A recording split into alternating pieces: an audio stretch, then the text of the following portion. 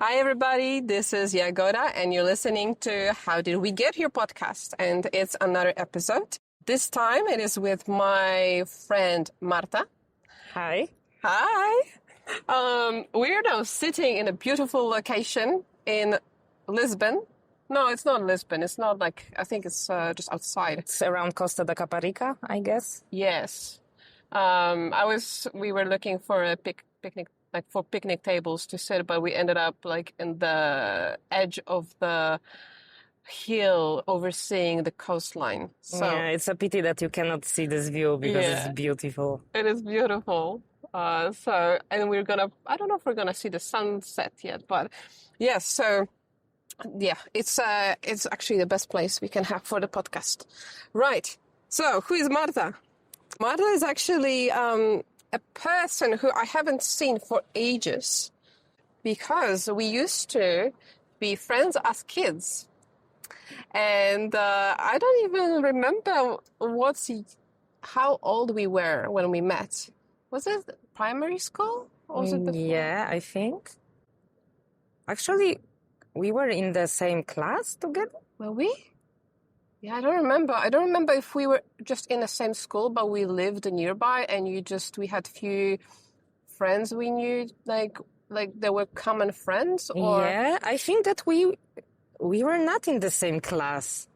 no, but definitely the same school. School? No, wait, yeah, 52. 52. Yes. Yeah, okay, so we were But at the in same which school. class you've been? I was in B. I thought I was in B too. Yeah. Why? I cannot remember any situation that we were sitting together or something like that. But maybe like I don't have full confidence it was B, but I had a feeling that at some point in my education I was B class. By the Okay. way, like if someone doesn't know, like in Poland, people at school usually like kids are allocated to classes, like groups, and it's A, B, C, D. Sometimes it's E, F, It depends G. how many kids is in this age. Yes.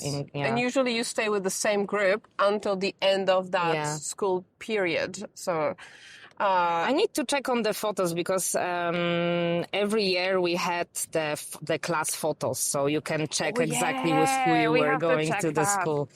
Yeah, but now it's really interesting that I even didn't think when exactly we met.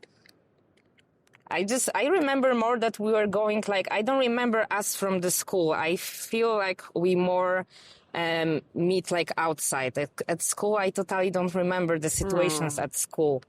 We spent a lot of time outside.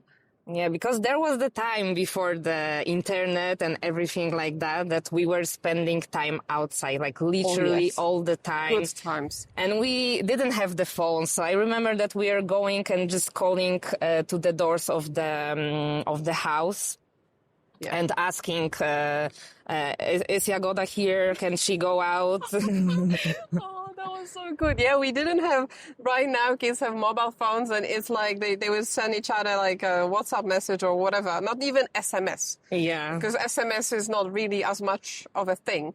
But we lived nearby and it was ringing it's not the doorbell, it's like it's a bell for the block of units. Yeah, the whole building. Or we had stationary phones. And usually our parents would pick up. Oh, is Jagoda there? Or is Marta there? Can she go outside? Can she go outside? Oh, yeah, that was so fun. But I think we were like, at least like 8, 9 years old. I don't remember the earliest age we knew each other. But then I think we are friends until like 15 years old. Yeah, 14, 15. 14, 15 years old.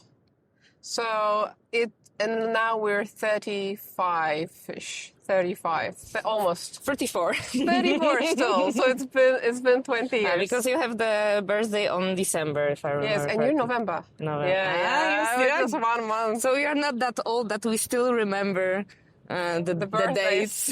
yes, exactly. So I think you're probably one of the few people that has known me for the longest time, even though we haven't spoken for 20 years. Yeah. But you knew the little Jagoda, like the little Jagoda. And it's probably one thing that I feel like it would be interesting to discuss, not just me because I want to talk about myself. It's more about how we remember each other versus who we are now, because I feel like we've met after all of those years, and I don't see much difference when it comes to the energy between us. And it's so interesting because we spoke about it before. We don't remember ourselves when we were kids very much. We don't remember what we were acting like. So we only can ask the other person, hey, what was I like? Yeah, this is really interesting. I remember that after those years, we met like, I don't know, 2 or 3 weeks ago. Yes. And I remember that before the meeting, I was a little bit afraid. Like I tried to not do any, how to say that? Like I tried to not expect anything, but I was a little bit afraid, like if we will have something to talk about. But I only saw you on the street and I just felt this energy. I was like, oh my gosh, she didn't change at all. And we were not like, sometimes you have like the awkward situation, like the silence or something like that. And we just started to talk like we saw each other like, I don't know, a couple months ago. Yeah. But it was different because we were not kids anymore. So it was so interesting. Exactly. Yeah, that was like I also didn't know what to expect. I didn't have any expectations. But one thing I've learned, maybe because if I was still my old self, who was a lot more scared of everything, I probably would be more worried. But I feel like I've probably gained enough confidence and I've learned enough communication, and I kind of felt we will be fine. Especially that, okay, we haven't seen each other for so long, so surely we're gonna have topics. We're not going to run out of topics, but how will the energy be like? What would our personalities be like? That was the probably most interesting things, because when you go through life, it's changed. Yes, you're affected by experiences that happen to you and, things that happen in your life. So so did you notice any difference between me as a child, for example, and me now? Yes. Mainly, I feel like you are more confident, more open. I already told you that, but I feel proud of you because it's like, I know that our childhood was not super easy. And I feel like both of us will really grow, like in the good way. Like we just didn't stop, and we didn't go to the bad area because we could. With our experience, I guess that some of the people would go in the bad side, but we started to focus on ourselves, and I feel like you really achieved a lot. So I'm proud of you. Oh my God, thank you. Oh, this is so good to hear. It's actually not very common to hear that someone's like proud. Like people don't. I find that people in my circle, at least, like it's hard to express something like that to someone. Especially, I think with us, maybe we have that reference point because you knew me as a child. So I think you kind of can tell the difference and the whole path. So hearing that, it kind of makes me feel like, oh, maybe I did achieve something. Okay. So no, thank you, and I did not expect anyone here, but yeah, I think it's easier to see after that time because it's the same. Like you look at yourself in the mirror, you don't see that much the differences. Like every day you see someone is changing, and you don't see that the same. Like you see someone or you see yourself on the photo. So you're like, oh my gosh, I looked like that. I looked like that. So you feel seeing each other every day, probably I wouldn't notice it that much. But when we met after that years and we exchanged the experiences, it was like, okay, wow, it changed a lot. Yeah, exactly. And when we talked about you as well, because maybe like there's one thing I haven't really addressed, and I kind of left it, that we stopped talking when we were teenagers, and it wasn't actually anything too serious that made us like broke our friendship. It was just a kind of teenage situation where it's from the perspective now, it kind of doesn't matter. And if anything, it's just teenagers often do not know how to communicate well, do not know how to resolve a lot of issues. So, we've had, we were in this like smaller group, like we had like a small friendship group, and we've just had like a, how would I call it? Like, no, it wasn't even a conflict. It was just... it was not at all. I don't remember it like that. Okay, maybe for me it's a little bit... I remember it a little bit less, because for you it was maybe more... Can I say exactly what I felt? Yeah, of course. I feel like I even felt a little bit guilty when you reminded me how it looked like, because I totally don't remember that. And then that was the time when I started to have the issues with my family, and I think that I just, I don't know, erase it from my head. Like I focus on other things, which is understandable, because like, what you were going through, like my family, I'm not close really with my parents, but I think your situation was a lot more serious. And for me, like, so like you've mentioned, our childhood wasn't super easy. I think we all had our own little issues. I mean, little. Well, I don't want to say little. We had our own different issues, different problems, and the magnitude of it differs based on who you are, how you deal with different emotions. So for me, okay, I had kind of like, I wasn't super close with my parents, but my main issue was that I was not treated well by my peers, by different kids. But for you had more difficult situation at home. So what happened was that because I had a hard time making friends and being treated badly by my peers, you and a few other people, like especially like one friend of ours at the time, were like this little group that spent time outside.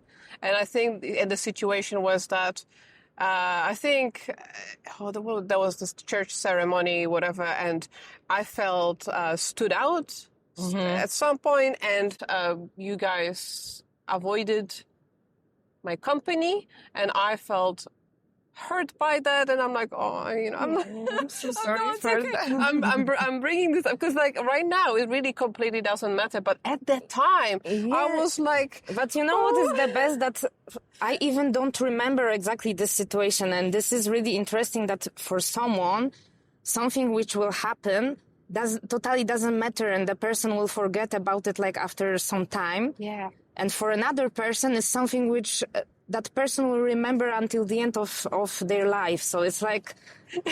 Yeah, maybe the fact that I remember it kind of makes me like... Because I don't remember it as it matters to me, but I just remember it because I felt the intense emotions at the time. And it's again, in the context of my issues of not having many friends, this was like the only friends I had. It sounds really traumatic, but I don't mean it this way. Oh my God, now I feel so guilty. It's okay, let's make you look good. What can we say? But to be specific, I was not bullying her, so... No, yes, she was not bullying me. Yes, exactly. It could be worse. There are many, worse things. No, it was, and honestly, like the time, being 14, 15 years old, in Poland, it's time of like gymnasium as well. It was, I think, just after, primary school, where right now I think it works differently in Poland, but at the time there was this another level of education of 3 years between primary school and high school. And this is what we consider like gymnasium at the time is the most horrible period, because this is where kids think they're adults. And they have that many, not every kid, but some kids feel more entitled, have that certain sense of power over others. They want to feel better about themselves. So if they have insecurities, either their insecurities make them very shy, or their insecurities make them bully people. Yeah, and I think that this is the time when you are getting mature, like your body is changing, the hormones are coming to your head. So I think that this is also the cause why people are behaving so weird in that period. So also you're trying to understand who you are. So you are searching for yourself. So I think that it's a lot of things which have the impact on that. Exactly. Yes. So to make it a little bit more, so to kind of take off that impact from you, it's honestly just a horrible period of time for, kids, Polish kids. Like for me, it was because I was, I think I was quieter. I was more shy. Yeah. I was, I don't have good memory of how I was acting with you and our other, few friends, but I feel like I would be more relaxed with you guys because we were friends. Yeah, I think that when we were with each other, like 3 of us or 4 of us, because we also had another friend, but we were not that close with her, I guess. Mm-hmm.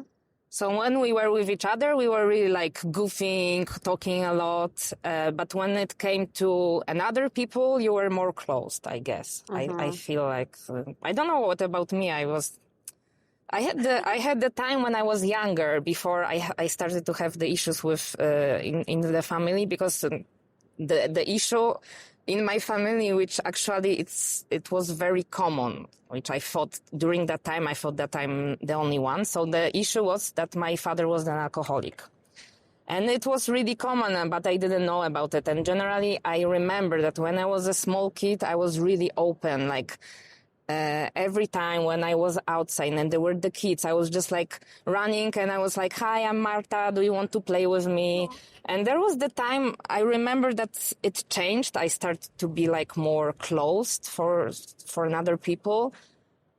It's not like something specific happened, but I remember that it was exactly before the gymnasium, that period when was the worst. So. Yeah, so actually I don't remember exactly how did I behave also in the bigger group. Because I don't remember if I've noticed that change. So maybe it happened, maybe it could be just that I don't remember, or it could be just after we've stopped talking. Because you've asked me how I remember you, right? Mm-hmm. And it's generally not also the easiest for me to recall the exact behavior between us, but I generally remembered you as being probably, at least appearing to be like the most sassy, but also like strong personality out of all of us. I think, do you remember like those, what is it called? Like atomic girls? No? Yeah. We were like assigning roles to, I think you were the green one. Yes, yes, exactly. I was like ready to fight and stuff like that. Yeah. Yeah. Maybe because I had the brother who was like, I don't know, we were fighting between each other, and I feel like it's weird to say that, but thanks to that I was like more strong. Like, I don't want to say like I was the boy girl. Uh-huh. But I feel like, for example, at school, I was playing football because my brother forced me to do that with him. So I knew how to do that. Yeah. And when you are forced to do that, you don't like it. But then when you see that you are good in that, comparing to another girls, it was like I felt a little bit proud of myself. So I was like more Yeah, that was the time when I started to be like stronger. But stronger, this is funny because you can say stronger, but I was stronger outside, not inside. So it was some kind Means of physically? No, it's more like you are pretending you are doing some kind of wall. Yes. To not be hurted. Yeah. Yeah. So you internally, emotionally, you didn't feel strong, but you were like from the outside, people thought you had strong personality. Exactly. Right. Because it was easier to me to not, because I always thought that showing that you are gentle, you are sensitive, it's some kind of danger because someone can hurt you. Yeah. And it's like right now, at this point in time, going through so many things and being in our 30s, like I already came to the conclusion that vulnerability, being that, showing those weaknesses is actually huge strength because many people don't do it. But I think at the time when you're a teenager, you want to hide. Yes, you want to hide. And the thing is that it's probably reasonable because kids your age can actually use that against you. It is actually dangerous. So, and yeah, if you showed that sensitive side of you, you could have come across a person who, whether it laughed at you or did anything else hurtful emotionally, which is, I sort of understand that approach, and it was probably useful for you at the time. But, the thing about going through life is hopefully people manage to find people in their lives where they can expose that emotional side and not feel scared, But, I think that this is the biggest change in me, that before I was worrying what people will think about me. I was trying to pretend that I'm like that or like that. And then I realized that if someone accepts me, I don't need to pretend. And if I will say something which is really important to me, even if it's some sensitive topic, I don't need to be embarrassed because of that. Or I don't know, for example, talking about my father being alcoholic, I think that this is something which some people, and I think that when I was a kid, I was also embarrassed because, I thought that I'm maybe not the only one, but it's not common. And then I've noticed that a lot of kids had that childhood. But I feel like, it's not my fault that it was my father. I don't need to be embarrassed. Like he did bad things, not me. So why I supposed to be hiding that or be embarrassed or feeling guilty about that? It's not my fault. It's changed me a lot, but it's not something which I should hide because it's just life. And when you are talking with people, of course, you need to feel some energy to open in front of some people. But I've noticed that if you are more open, also you can see that another person feels like, okay, she told me something like that, so I can feel comfortable and I can also say something which I thought that I don't want to say to anyone, or just like I'm not sharing with a lot of people. So this is something which I've noticed the most, that it's changed in me, that I don't care that much what people think about me. Because it's like, it won't change my life. Of course, that's the difference, because when we were kids, we needed to be accepted. We were searching for the friends. We were like in that time when we were growing and we didn't know who we will be. And now we are like more stable. We have our friends, our people who we can trust. And for example, if someone will not accept us, it's like, okay, I don't care. I have my friends. My friends accept me how I am. So it's like, I don't need to try and pretend to to satisfy everyone, because it's not possible. It's not possible. But exactly. when you are a kid, you think that you need to do that because you need everyone to like you, but it's impossible. And after the years, you realize that it doesn't matter and you don't need to try. Yeah, exactly. And when do you think that changed? Because you said like when you were a lot younger, like you thought, having a father who's alcoholic, you were not open about it. But now you understand that it's not, it's not at any point your fault, and it's just was part of your life, and you shouldn't be embarrassed. What changed that? Or was there like a point in your life when you realized that, or was it very gradual? I don't remember exactly. For sure, something which changed me is a lot of therapies, which I recommend. Yeah. It really helps you understand that nothing is wrong with you. Also, as a kid, I had the therapies like the group therapy, so there were another kids there. So it was the first time I realized that I'm not the only one, and there were kids which were in worse situation than me. So I was like, okay, so I'm not the only one.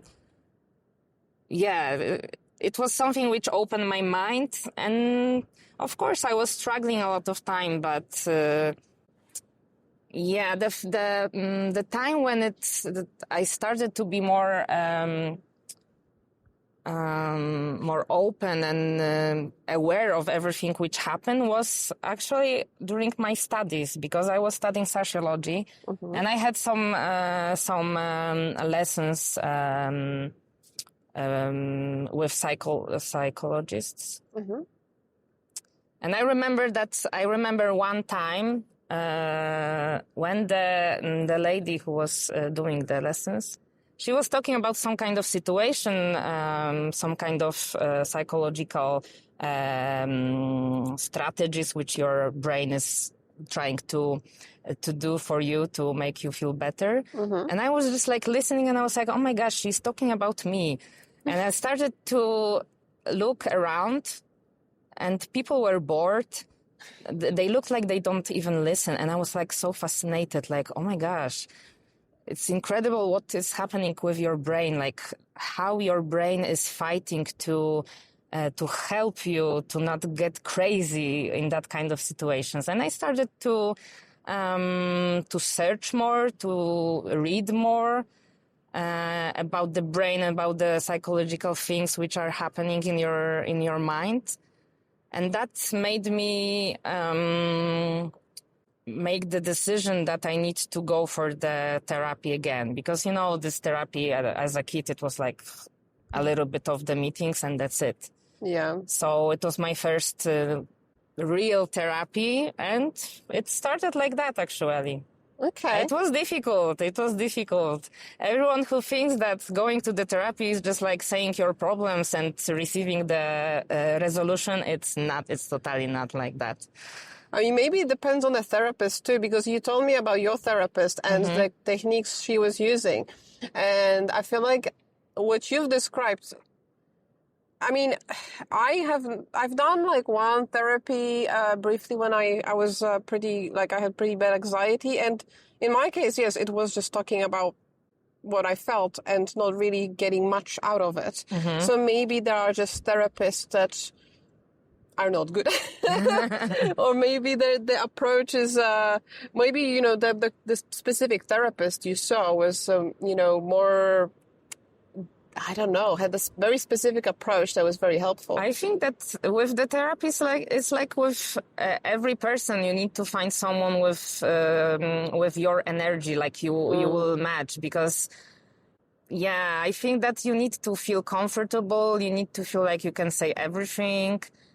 From my first therapy, I remember that it was more like, discovering what made you behave like that, because I didn't know exactly. Okay, I thought that all of my problems are just because my father was an alcoholic, and then I through the meetings and talks which I had, I realized that the causes were different, or there were more causes of that. And it's, imagine that you have the wound which is already healed, and you just need to open it again and just, like put your finger there, and you just need to, literally it was like that. I had the moments that I was so tired. I was like, no, I cannot do that anymore. Of course, I don't think that every therapy looks like that. It depends what exactly happened and the situation in which you've been. But if you are going on the therapy, you need to know that it's not just like, paying and you will be healed. It's not like you will receive the, of course, if you are going to psychiatrist, you will receive the medicines and that's it. But it's not about that. It's just like you really need to do your job. You really need to think. You really need to train, because the brain is like the muscle. You need to train it. That's true. And it's not enough to know what happened and what is the cause, because your brain is learning how to deal with the things. And after some time, you have the totally different situation, but your brain thinks that it's similar and you behave like when you were a kid. And it's not like saying like, yeah, I know that there is no danger, but your brain still thinks that there is the danger. That's why you behave like that. That's why you need to train.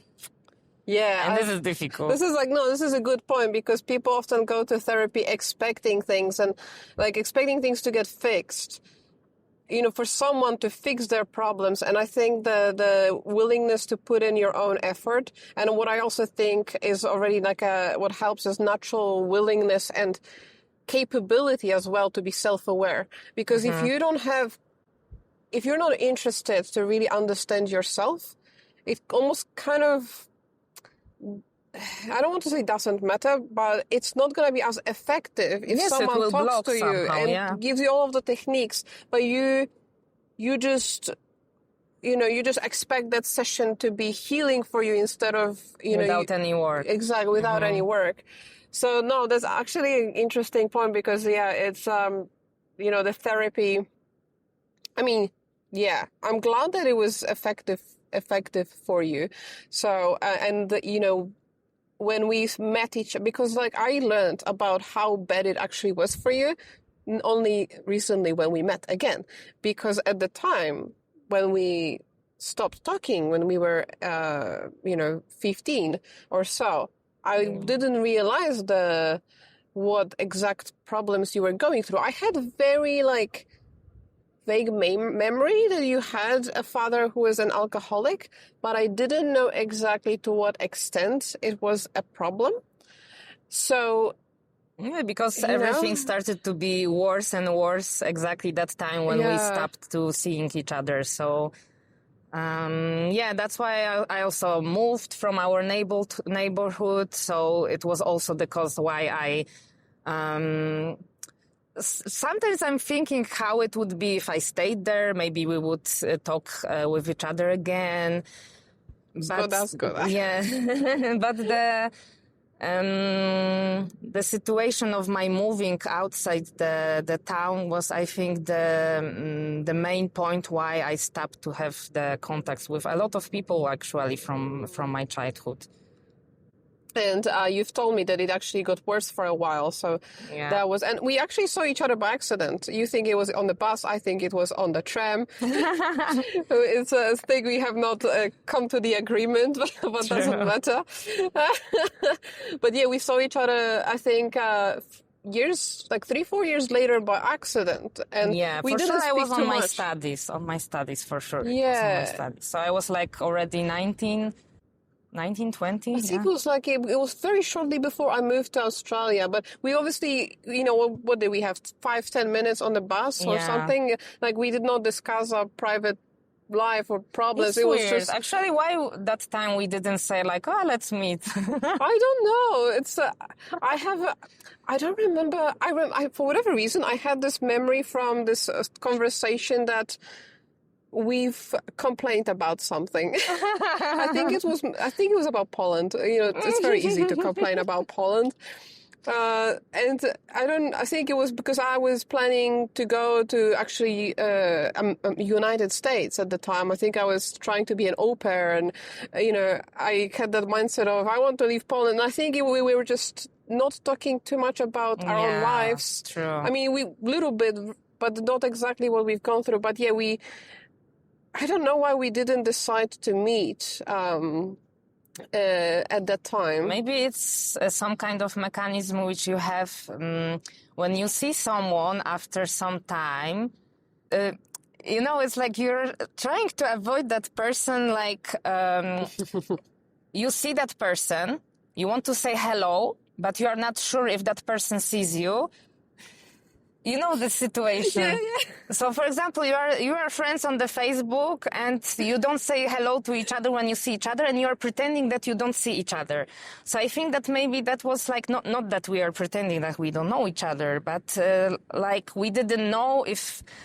It's always like you don't know what another person thinks, and instead of focusing like, let's meet, you're like, no, I won't ask because maybe she doesn't want to. I think that it's exactly what changed in us, because when you wrote to me that you are going to Portugal, I was like, okay, cool, let's meet. It was so natural for me to agree for that. I was just like, I even didn't think about that. I didn't think like we were teenagers, like, oh my gosh, what will happen? Or it was just like totally chilled. So yeah, this is the main change, I think. Yeah, and I actually saw like it's funny you mentioned, because that situation on the bus, and I don't know if that was exactly what we were thinking, but I noticed in some people, especially in Poland, there is that weird, you kind of almost want to avoid meeting your school, school colleagues, like people you didn't speak to. Like, I don't know, there is that weird awkwardness and distance about it, almost like you don't want to have that conversation after all those years. And it's funny because I saw this like I don't know if it was like a meme or reel or YouTube video where it compared, I think, Slavic or even Scandinavian, but I think it was Slavic approach versus Spanish approach. And in like Slavic approach, it was like, oh shit, I'm seeing that person, and you just hide and try not to speak to them. And in Spain, hola, ¿cómo estás? ¿Qué tal? And it's completely different vibe where people actually like see someone from the other side of the street, and they just wave and yell, and they want to chat. And I think we've been a little, I don't know, conditioned, or there's this weird mentality in our country where it's not with everybody, but it is quite common to avoid and have the distance. Like, I don't know, it's now when you were talking about that, I feel like it was also I had the time when I was looking at the photos on the Facebook, and I always felt that everyone has better life than me. I don't know how to explain that, but everyone knows that in the internet you are comparing yourself, and you see someone from the middle school, they are getting married, they have kids, and you feel like even if it's not your dream to get married and have the family now, you feel like something is missing. Like, oh my gosh, she already has kids. This person has super job. This one. And I was like, yeah, I think that it also had impact. Was a specific time of your life when you were comparing yourself, or is it like very ongoing and it still happens? No, now I don't care at all, because I know that in the internet you can put beautiful photos, and a lot of people are just like, yeah, they are searching for the acceptation. I don't post anything anymore because I have that feeling that I don't need to share with all of the world what is happening in my life, because the people who are the closest, they want to know what is going on in my life. So I don't feel anymore that I need to share. And also, I think that I stopped to observe a lot of people, because when I felt like I don't feel good with seeing someone, I was just like, okay, why should I bother? Like, I will just unobserve that person, and that's it.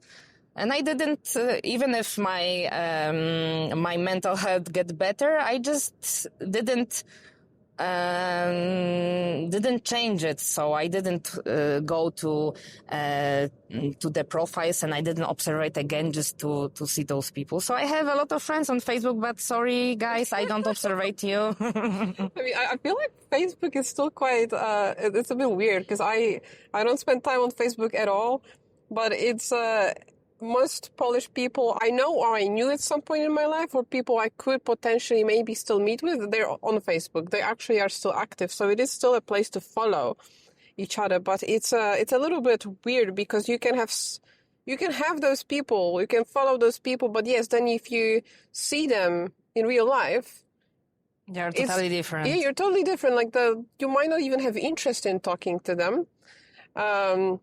So this is this is an interesting thing I noticed. But there was something I was going to ask, but I forgot. It escaped my mind. Oh yes, I know what it was, because I was going to refer to that situation when you said that when I did message you, like we've met on the bus and we didn't decide to meet. But when I've messaged you when I was going to Portugal, and you said yes, and you didn't really think it was a problem, you didn't think it was anything weird, you were open to that. I was wondering if there was anything specific that affected, like, was it living in Portugal that has made you, has contributed to how open you were to the idea, or what exactly you think it was that made it easier to say yes? This is a good question, because Portugal changed me a lot, especially in that way which we are talking about, that I'm more open, I'm less worried about what people are thinking about me, because here, okay, let's be honest, Poland is really judgmental. Yes, people are like judging each other, and that's why I was like always thinking, oh my gosh, someone is looking at me. Here no one cares, believe me, like whatever you will wear, whatever you will do, like, okay, of course not bad things, but like people are like more chilled. And I also realized there was the time when I was sharing a lot of things on Facebook, and it changed in me. And then when I realized that the life on Facebook, Instagram, or whatever, it's not true, I started to believe more my instinct to people. Mm-hmm. So when you wrote to me, I was like, I didn't remember any bad things which happened between us, like none of them, literally. And I was like, okay, cool. So I know that she's a good person. Why we cannot meet? It will be nice. Mm-hmm. And in Poland, probably you would be more skeptical. Yeah, maybe I would be afraid what you will think about me. Of course, it's the main question all the time there. Okay. Even if I'm going there for the holidays now, it's like, this is so difficult to describe, but you just feel the eyes on you. Literally. I'm here 3.5 years. Yeah. And I feel like it changed a lot. Yeah, I mean, this is actually another topic that interests me, because you are one of the few people that I've spoken. It's like actually funny, because I think you're my 6th guest in the podcast and 3rd Polish person. Okay. Somehow it happened that, there is a saturation of Polish people right now in my podcast. But I feel like that my 2 previous guests, one of them is a Polish friend of mine of many years, and one of them is a Polish person I met like recently, and I decided to do the podcast with him. But none of them, I could tell they have their own opinions about Poland, but they were very careful about what they say, or the way they would say it, it would be very diplomatically. Okay. And I always like that about you, with like that you're just straight to the point. Like, yes. I don't necessarily want to like swear too much, but like in Polish, you would like chujowe. This is chujowe. Yes, I'm still like that. Yeah, and I noticed this didn't change at all, and I love that. Actually, this was my really big complex, that I was like, sometimes I was too straight to people and they felt offended, and I tried to change it. Like, okay, I was not swearing on people, but I was like too open and too, I didn't search for the good words. I was just like saying literally what I was thinking. And it's, That's good. you know, this is funny because a lot of people say like, yeah, I like when people are honest, but They don't. when they are really honest and people are hearing exactly what another person is thinking, it's not that pink anymore. So it's not like that they like it. So I was fighting with that a lot of time, but then I realized that, like I said before, like my real friends, they are accepting me like that. And if someone doesn't like me, okay, I don't need to try. And actually, I'm also that person.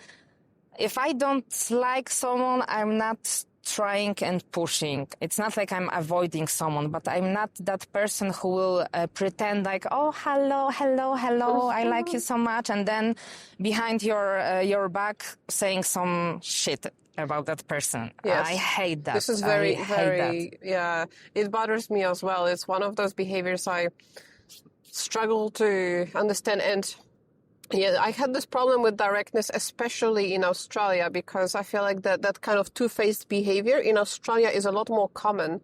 You know, and for me, like even at work, I'm quite direct, and it just doesn't, you know, people tell me it doesn't land well, you know, and I don't even think I don't even swear. Like, I just don't normally swear. I just say something directly.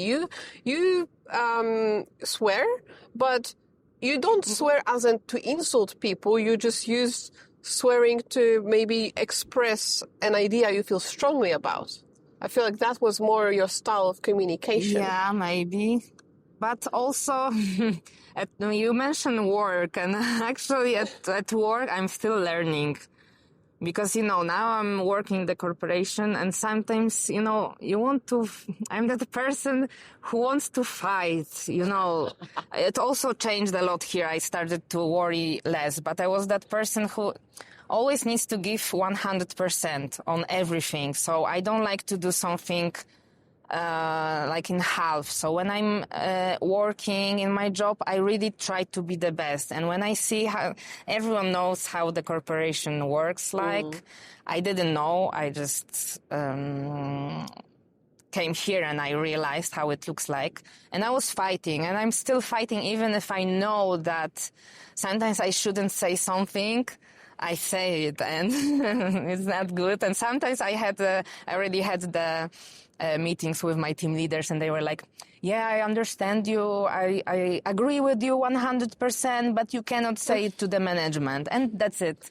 And everyone is like putting the head in the sand and just pretending that there is no issue. I got used to that slowly inside me. It's still boiling when there are the situations like that, but I'm starting to just chill more and not take it personally, because this was the worst at the beginning, that I thought that, you know, I tried to change the world, and it's not. Not your circus. Yeah, not my circus, not your my monkeys. Yeah, I think personalities like ours, like, you know, whatever exact, whether we swear or not, like when we see something being wrong and we want to express that being wrong, and we want to express our opinion, we want to be direct, we want to be transparent. This and corporations, it just doesn't agree at all. I mean, exactly the same situation, and that's difficult, because you have to acquire that not my circus attitude, because you realize you cannot change anything with that. And for you, it's worse when you are worrying that much, because you're getting crazy and no one around cares. So, yeah, so you need to start to think more about yourself. Yeah, and this is what Portugal taught me, and also why I stayed here, because Actually, I came here by the coincidence. I was going to ask you, so you tell the story how you came here. I came here by the coincidence because I was searching for a new job. My job was okay. I was working there 5 years, so I thought that it would be nice to find something else. And my friend, not close friend, just the friend which I met, which I was meeting on some parties, she said that she's going to Portugal. And I was like a little bit jealous, and like directly after that she said like, oh, let's go, come with me. Why not? And I never wanted to live abroad. For me, it was just like something, maybe not like which I was avoiding, but I didn't feel like I need to because my life in Poland was quite good. But that time I thought that, okay, I want to change job anyway. I won't lose anything. Why did you want to change your job? I don't think you've mentioned this to me because I couldn't develop myself more there. Oh, okay. After 5 years, I did everything which I could in this company, and I felt like I won't achieve anything more. So that's why I wanted to change. And that time was also the period in Poland. I think that it's still like that, but it started to be more and more exhausting because people are complaining there, people are fighting with each other. This is really sad that when there's something happening to Poland, we can be with each other and fight against that. Exactly. But when it comes to our home, how to say that, we can fight between each other, and this is really sad. And it started to be more and more because of the government, the politics, and etc. And I was tired. I was tired because I tried to be positive, after the therapies, blah, blah, blah. And I felt that everyone around is complaining. People are sad. People are not happy with their lives. And I was like, okay, I will try just to move. And I was like, okay, I don't have anything to lose. If I won't like it, I will come back after months, like 6 months. Yeah, and it's already almost 4 years. And what makes me stay here, I think the atmosphere. Like I already mentioned, people are not worrying that much. Even if Portugal is quite a poor country, people are going outside, meet with each other, going to the parties, just talk, smile. Of course, the weather has an impact on that. But yeah, it's something like I feel like here I'm more myself. Like I don't need to pretend like in Poland. I can be myself and no one is like, or maybe they are judging, but I don't see it like that. Maybe they're judging in Portuguese, but if we don't speak Portuguese, like, oh, yeah. Because sometimes when I say like, oh my gosh, Polish people are complaining so much, and someone answers to me like, oh, Portuguese are also complaining, but I don't. But when you don't understand them, you don't. Yes, this is also the funny part that, I should speak Portuguese, but the plan was that I will move or I will something, so I didn't learn. And in Lisbon, it's also quite difficult because everyone speaks English. So I didn't do that. And actually, sometimes it's a blessing because, for example, in the buses, people are, sometimes you hear that they are complaining because you can hear that by the tone of voice. Yeah. But I'm like, I don't understand, so I don't need to worry exactly what they are saying. Like, okay, someone is mad. I don't care why. Like, you don't need to listen to that. And this is something which makes you more chilled. Yes. I mean, I feel like that is a different, it affects you differently because in Poland, like, first you also mentioned weather. Like, if the weather, weather in Poland can be nice, like spring, summer, but also many, many days can be quite gloomy or change a lot.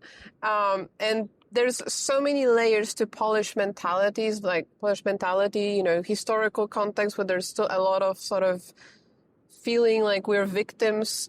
And then if you add to it some political drama, like you can go out and in so many different places you see people either complaining or at least being quite distanced. And here, I mean, I don't know Portugal that well, but you know, I can sort of also feel probably the difference you're describing, connected with the nice weather and with the people that generally are.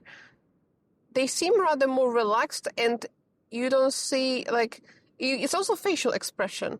Like they have more relaxed faces. You know, in Poland, if you dare to smile at someone, it's weird because smile should be Natural. yeah, natural, but also infectious as well. Like if someone smiles at you, like it's almost natural to smile back, but it doesn't work on Polish people. It's like they're immune. Yes, like they think like if someone is smiling to you, you think like, do I have something on my face, or why she's smiling to me? Maybe she's laughing at me, not smiling to me. Yeah, and it's like so suspicious. Yes, suspicious, exactly. And and saying good morning like to the random person on the street is like, are you crazy? And here everyone is like, hi, hola, bom dia. Yeah. Here it feels more natural, like it feels like a more human thing. Like you feel, and that's a small thing. But it builds that connection and sense of community. While in Poland, if you try to bring that warm energy, I mean, it's not obviously it depends on the place and depends on the person, but overall. Polish people are quite suspicious, and I feel like they're not used to that energy. So they're just not gonna. They're gonna question why. Why exactly, are you doing this? What interest you have in that? Yes. Like there is not like without anything. No one is smiling without any reason, you know, like you want something from me, right? Yeah, and I find that that's really cool that you've made that step, you know, and that's kind of what I think people should do more, to just say yes to opportunities, because reality is, even if something doesn't work out, you know, you usually have you can come up with escape plan, right? Like you can change your mind, you can sort of decide what to do if it doesn't work out. So the fear shouldn't stop you. And so for some people, Poland is the place to go to. You know, they come from maybe worse places, or you know, and I think Poland economically is a good place to live. But again, economically, yes. It depends what you are searching exactly. for. Because people, you know, on the Facebook groups, sometimes people are asking, how is it to live in Portugal? How much you can earn? And sometimes I feel like you need to answer on the question what exactly you are searching for, because Portugal is not the country which you are going to for earning a lot of money. People are earning really shitty money here, but they are still happy. Of course, everyone has the issues. The flats are really expensive here, but if you are not searching for the money, really good choice to go to Portugal. But if you want to earn a lot of money, no, choose another country. Mm-hmm. That's the thing. It's like every place has its own energy. Like what I like about my lifestyle is that I can get a taste, not exactly a full good picture, but a taste of energy of a place. And technically, you know, at some point when I want to settle somewhere, I can look back and, okay, where do I like the people? Like, depending what's important to each person, like you said, depends on what you search for. For me, people are very important, like the energy people bring to a place, because I find that who you surround yourself with, like, they affect your life. Yes, true. And, you know, obviously, it starts with family and then friends. Obviously, that's one thing, and you can make a choice with who you see in your daily life. But then also, when you go out to groceries, you know, if you have, you know, 70-year-old people just fighting over tiny small things in a supermarket, you know, trying to create conflict with a vendor, you know, it's that kind of energy that. Obviously, we're looking at patterns here. We're looking, you know, things can happen like that everywhere. But I don't know, it just affects your experience. And for some people, it is about, or where can I save money, or where can I feel that logistically everything's perfect, everything's organized well. But I think for both of us, we have we want to feel relaxed in a place. We want to feel a sense of community. No, I think that's it's always like the grass is greener on the other side. I think that there is no perfect place. There will be always something which you need to have the compromise with yourself that, okay, I don't like it, but I will accept it because everything else is okay. So for me, it's with the money. I'm not rich here, but I still feel okay. So even if I was earning more money in Poland, I was not that happy like I am now. So you need to just accept what you cannot change. And if something is more important than another thing, you just need to choose. Because I cannot believe that there is perfect place, which you can find everything perfect. No, it will never be like that. Yes. And about what you said about taking the opportunities. Yes. I really like the expression, it's better to regret that you did something than to regret that you didn't try. Yep. And I'm trying to follow this because it really makes sense. And also something which my friend told me, I love this because she told me that when I was worried a lot, and she told me the only thing which is sure in your life is the change. And this is so deep.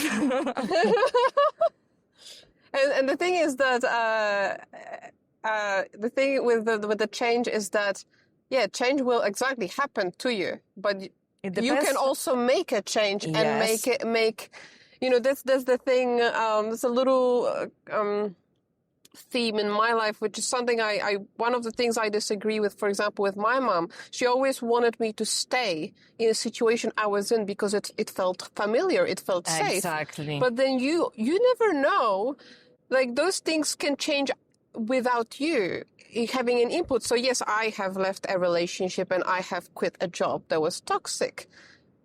And I made that change, but that company that was toxic went bankrupt a few years later.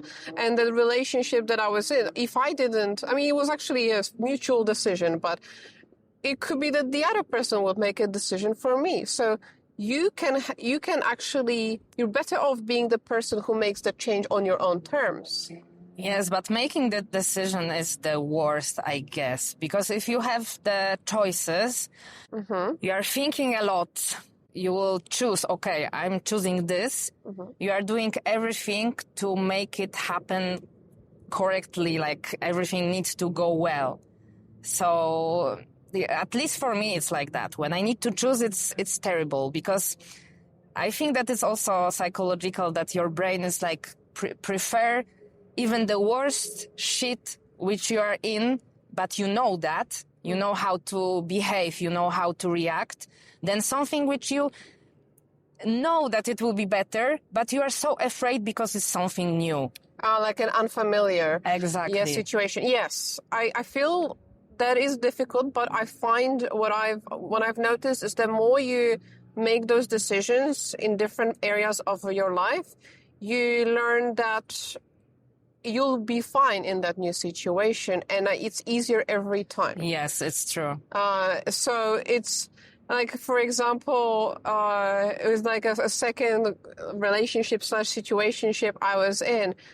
When I made the decision, in this case, I made the decision that no, this cannot be, continue. I felt so amazing the moment I said that, and I was the happiest person in the world because I knew how good this decision was. And I feel the longer also you are in a situation that makes you unhappy, the harder it is to make that decision. Yes. When you said, that's actually one thing that you said, and I fully agree with that, and I also try to live by that it's always better to regret things you've done than the ones you haven't done. My question is, have you ever actually, was there a situation in your life where you haven't done something and regretted it? Yes. Yeah? It's not big deal, I think, for everyone, but for me, it's really big deal. Yeah? So it was 2017.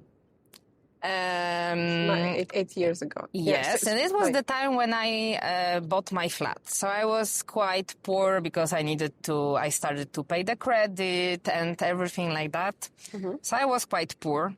But there was the concert of Linkin Park in Krakow. And I really wanted to go. I even talked with my friend, and we supposed to go with each other. I checked the hotels, everything, like the trains. And at the end, I resigned because I was thinking, okay, I don't have the money. I will go maybe another time, and maybe they will be in Gdańsk. Maybe, like it's always like, okay, in the future. So the concert was, I guess, it was June or maybe May. I don't remember exactly, but like 1 month after, the friend which I supposed to go with on this concert, she called me and she said that Chester Bennington is dead. Yes. Oh, that's what it was, because I was wondering when. Yes. And I was like,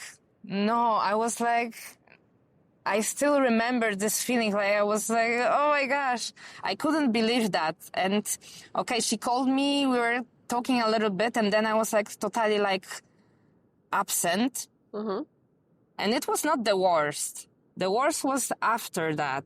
Like, I was listening to their songs and I realized that I will never go for the concert anymore. And I realized that I will never remember about the coat which I bought to my flat. I will remember that I went to some concert. And after that, I promised myself that any concert which will appear, even if I won't have the money, I will figure it out to just go there, because I know that we remember, like, the memories are the things which will stay with us until the end of the life, not the things, the material things. Exactly. Okay, you will live in the pretty house, great, but if you will stay there forever and not go out, what memories you will have?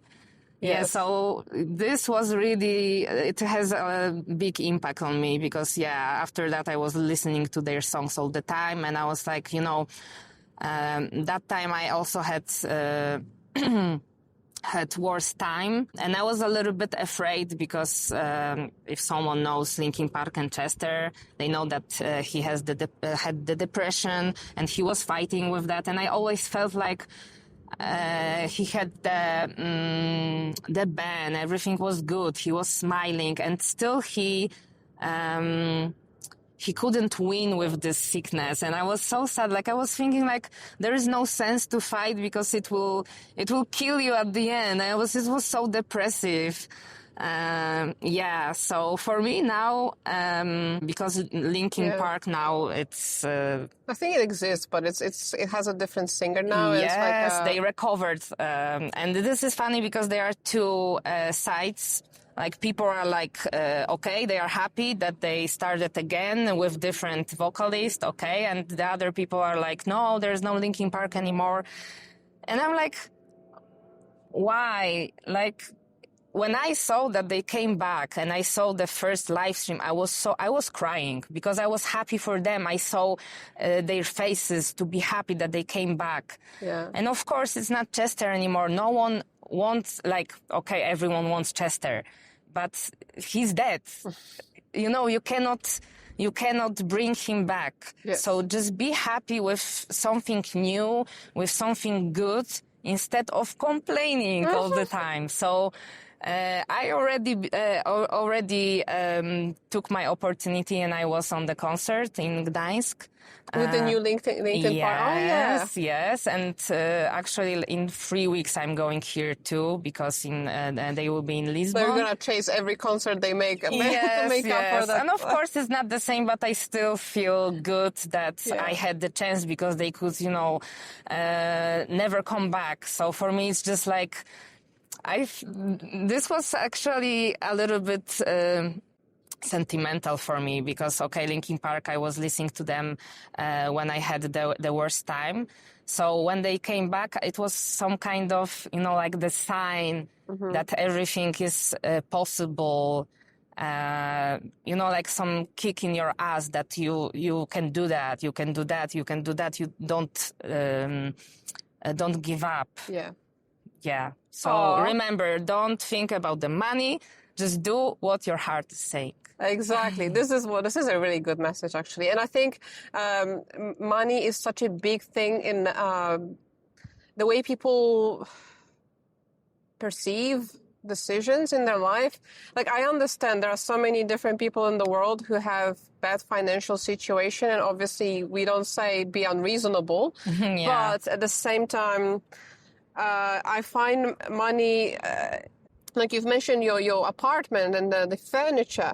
Those are not things that really be stuck in your mind. The experiences that the feelings that, the memories you make, and usually those are associated with the new places, new people, or not only new people, but with people, with things that are outside of your routine oftentimes. Like, you're not going to remember you've done the dishes on Monday evening, right? This is funny because actually we came back to our first topic about us stopping to have the contact with each other. Uh-huh. Because we don't remember, we only remember, like, I don't remember what we were wearing, I don't remember what we were giving to each other. I only remember the feelings which we had between us, like we were playing, we had fun with each other. Yeah. So that's why you remembered exactly the situation, because you remembered your feelings, yes, which you had that time. So it's exactly about that. Do you remember how we were going to that abandoned building next to our friend's house, like the building, and we were thinking there was a dead baby buried in there? Oh my gosh! And we were searching for that baby. No. Okay. I think it was a rumor. It wasn't. There wasn't really a dead baby, but there was a few times that. Like, I've heard that it's probably, someone made it up, but I feel like a few times we went there because it was weird. It was like another building that was supposed to be built. They stopped building it, so it became just a bunch of ruins, and you could go kind of underneath where the basements were. Yes, I remember that. So I think a few times.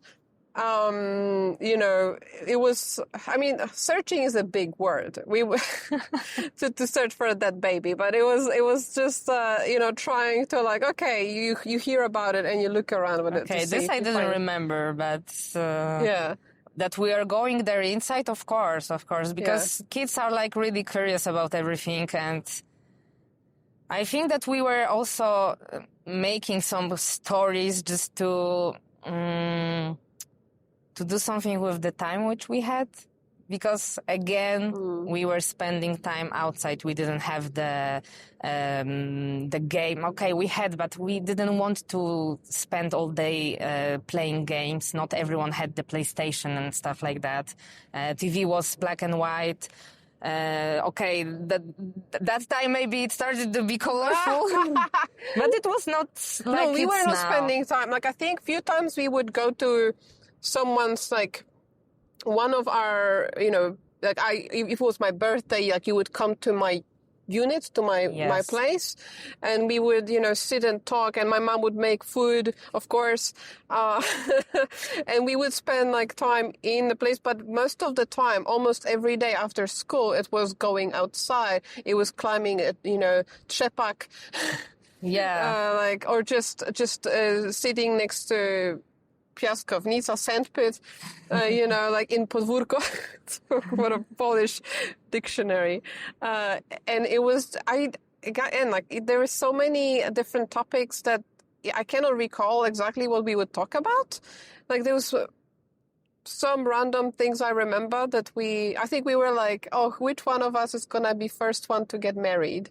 It's like that kind of silly things that you try to guess. I literally don't remember anything, but I remember that I felt safe and I felt accepted and I felt just good. Yeah, and it's a bit, it's like a very innocent time. Yeah. As well, because if you have your own, like, childhood friends, it's also before those people start having different priorities in their life, like chasing a job, chasing a partner. So I think we just having had each other, and that was, we could rely that most of the days we would see each other, we would, oh, will you go outside? Yes, like that was usually the answer. Yeah. So that's, that's exactly how, we've built memories that we might not remember. Not all of them, or they're very random. But yeah, it's interesting, and like now it doesn't feel very different. Obviously we have gone through different situations in our lives, but I feel like you've told me that I've that you were proud of me because you saw that the energy was kind of like, when you saw me, the energy was good, and it felt like it wasn't that different. And I think it's kind of similar in your case, but now having all that context where you said, you told me how difficult it really was for you, and I was more aware of the problems. I think that, the fact that you've also chosen to take care of your mental health and, make those steps, like whether it's going to Portugal, but probably a lot of different things in your life that made it so that you've grown and you haven't end up in a bad situation, where you've actually now feel happy. That's also a progress. So, I feel just like you're proud of me, I feel proud of you. Oh, thank you. So.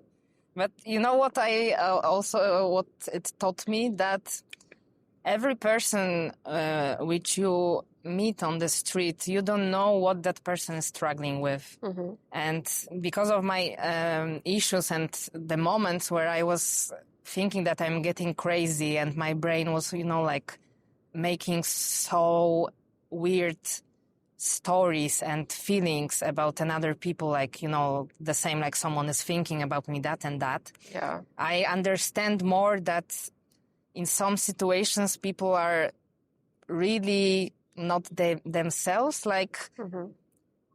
Okay, it doesn't mean that you can explain everything, like, okay, I killed someone because I had a difficult childhood. Of course not. But we can be less judgmental in the case where something is happening with another person. Sure. And yes, trying to put yourself in their shoes, that maybe they had difficult situation, maybe today something happened, and just let it go. Instead of being pissed on someone that, oh my gosh, this someone, I don't know, forgot to put the light when he was turning, whatever. Yes. Like those small things, for you, it's like, that person is stupid, but maybe that person had really difficult morning or something happened, because it can happen to you also. So It's taught me to be more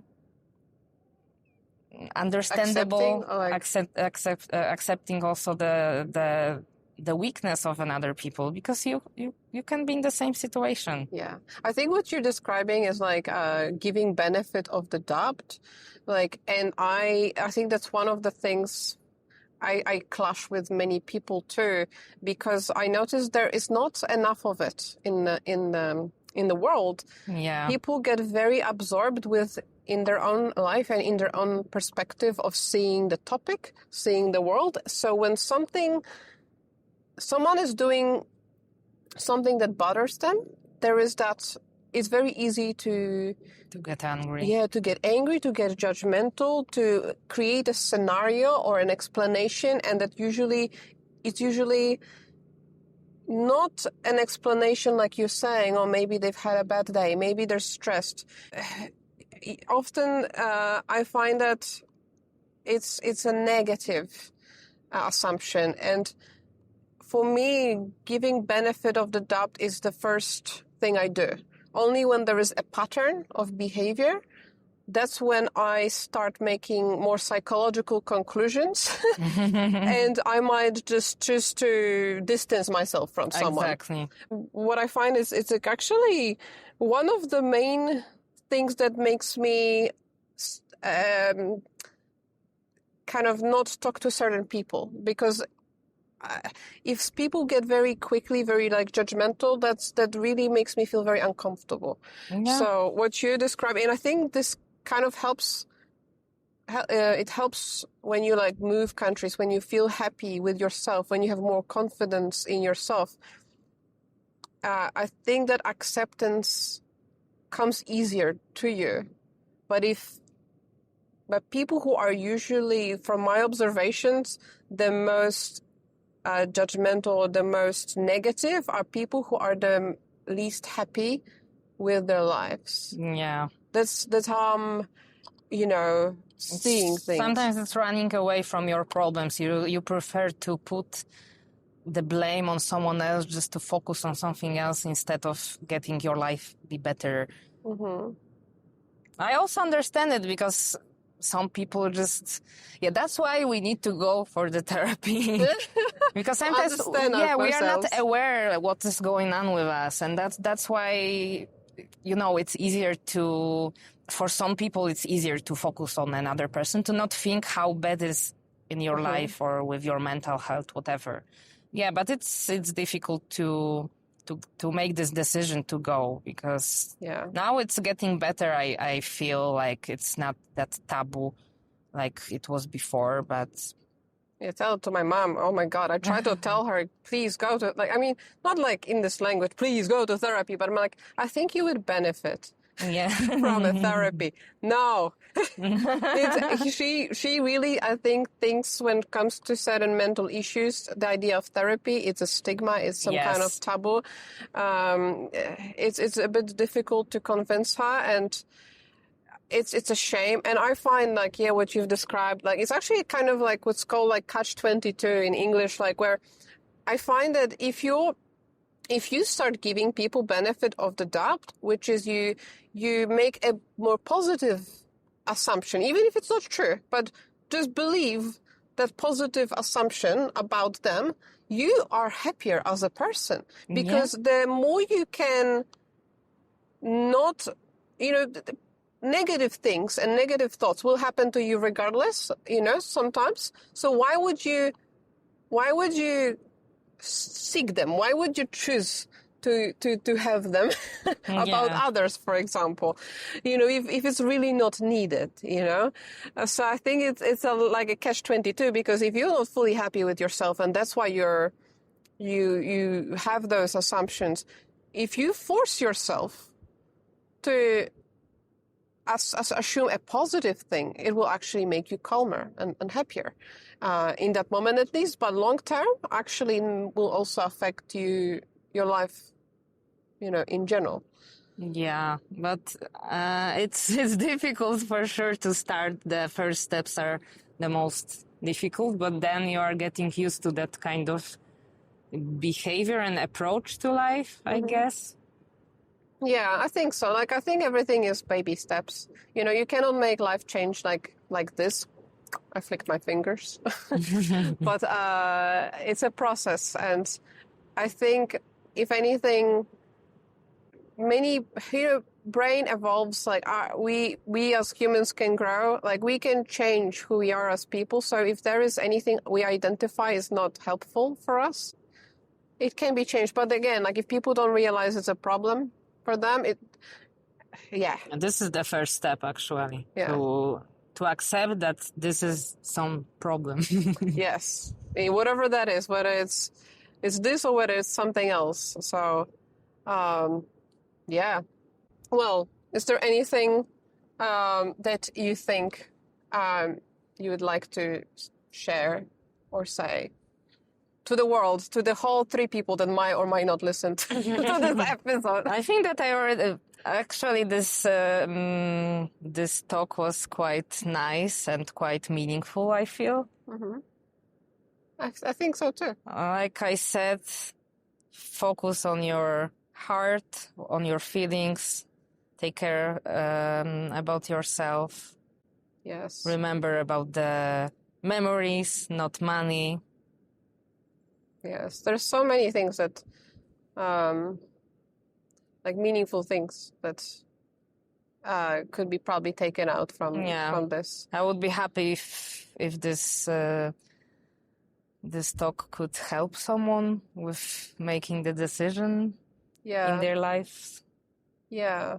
I actually feel like that's, I mean, I don't really have any goal with this podcast. Like, to me, I just like having like somewhat a memory / memoir of like a conversation with someone I find has something interesting to say, or has something in their life or in their personality that's interesting to me. But I think throughout, I don't know, months, years, maybe someone will come across the episode and they will resonate with something from that person. Yeah. You know, and it might help. I feel like it's some kind of photo, but like not the picture. It's just the photo of the conversation. Yes. And I'm quite sentimental, so I feel like I will come back to this conversation. Yes. Many guests that I've had, like it. Obviously, I listen to the conversation when I edit it, and I don't do many edits usually. It's more about tidying some things, but I find that I often just like in random moments I go back to certain parts of the conversations and just recall a topic or recall like some part of the conversation which stayed in your mind, or you want to recall it. Yeah, and I hope that it will be kind of similar for every person I speak to. Like it's doesn't matter when and how often, but they have that opportunity. You know, and I find it's a kind of interesting, like many years ago, I would hate hearing my own voice. Now, I think because I've done... the same for everyone, I guess. It's like the mirror effect. Like when you see yourself or hear yourself, you are more aware on every imperfections. Yeah, exactly. But I think it's... people are their worst critics.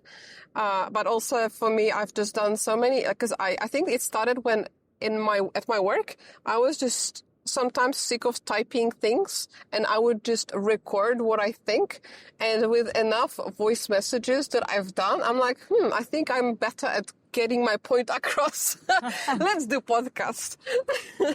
Yeah, I use a lot the voice messages on WhatsApp, for example. Instead of writing a long message, it's better to just do the recording.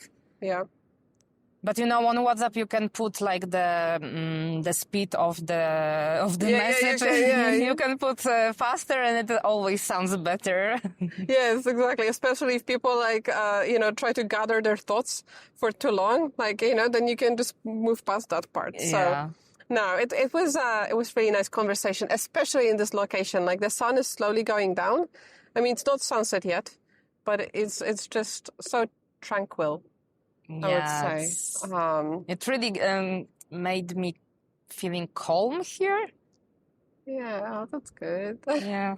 That's good. And I feel like, one thing that I also want to like quickly reflect on is that, I mean, we already kind of talked about it, but I find that it's, to me, super interesting when you see a person after many years.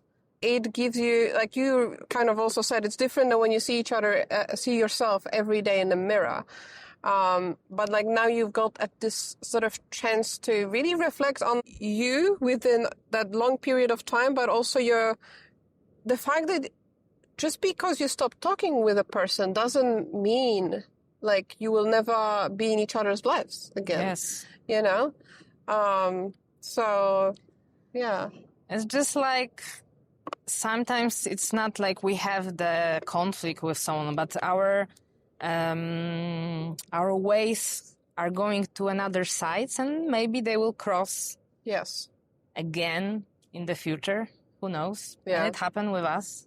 Exactly. I'm really happy that it happened. Yeah. And what I find is like also interesting is that like it used to be when we were children, like I remember that the idea, because we also didn't have our own money.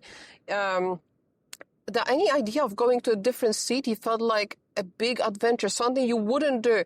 To me now, me going to a different country is such an easy decision. Yes. Like, oh, okay, this country I guess is good. I remember that when I was a kid, I thought that I will never have a car because for me, it was so luxury to have a car.